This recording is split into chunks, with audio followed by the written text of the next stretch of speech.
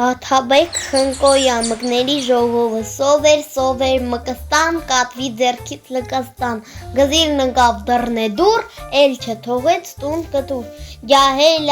Եղովի կանչեց բերեց ժողովի թե ինչ անեն որ կապեն մի հնարքով ազատվեն եկան գյուղի ջոչերը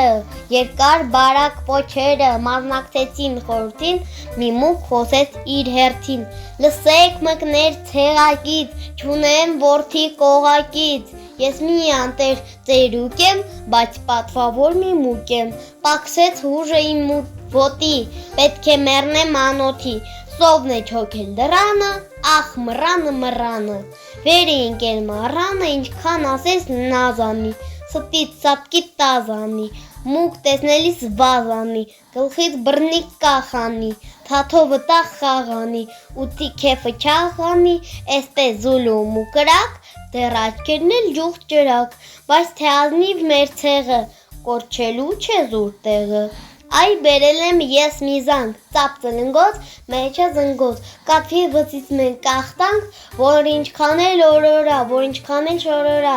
ստից սատկի տազանի, գալ նիմանան գազանի, էզանգով կախանի, ալո դու, ալոնտանի, բալո դու, բալոն կախ է, չստո դու, չստոն կաղ է, մստո դու, մստոն կարճ է, փստո դու, էտել խիղճ է, Համբո դու ես տկար եմ, չամբո դու ասենք տարա, բա որ կատուն գա ինձ վրա, բտոն խտոն թող մեկից, բռնեն կատի քամակից, ինչ է խոսում չոր գանգը, լավ է դու տարեց զանգը, էլ ինչ բտոն, ինչ ֆստան, ճստած բտոն, ճստան, լռի հանդուգն, կոտորվեք դուք, վախկոտներից ես թաղեմ, ճար ասեմ, թե զանգ կախեմ, Կոչեց ջոջը քաշեց պոչը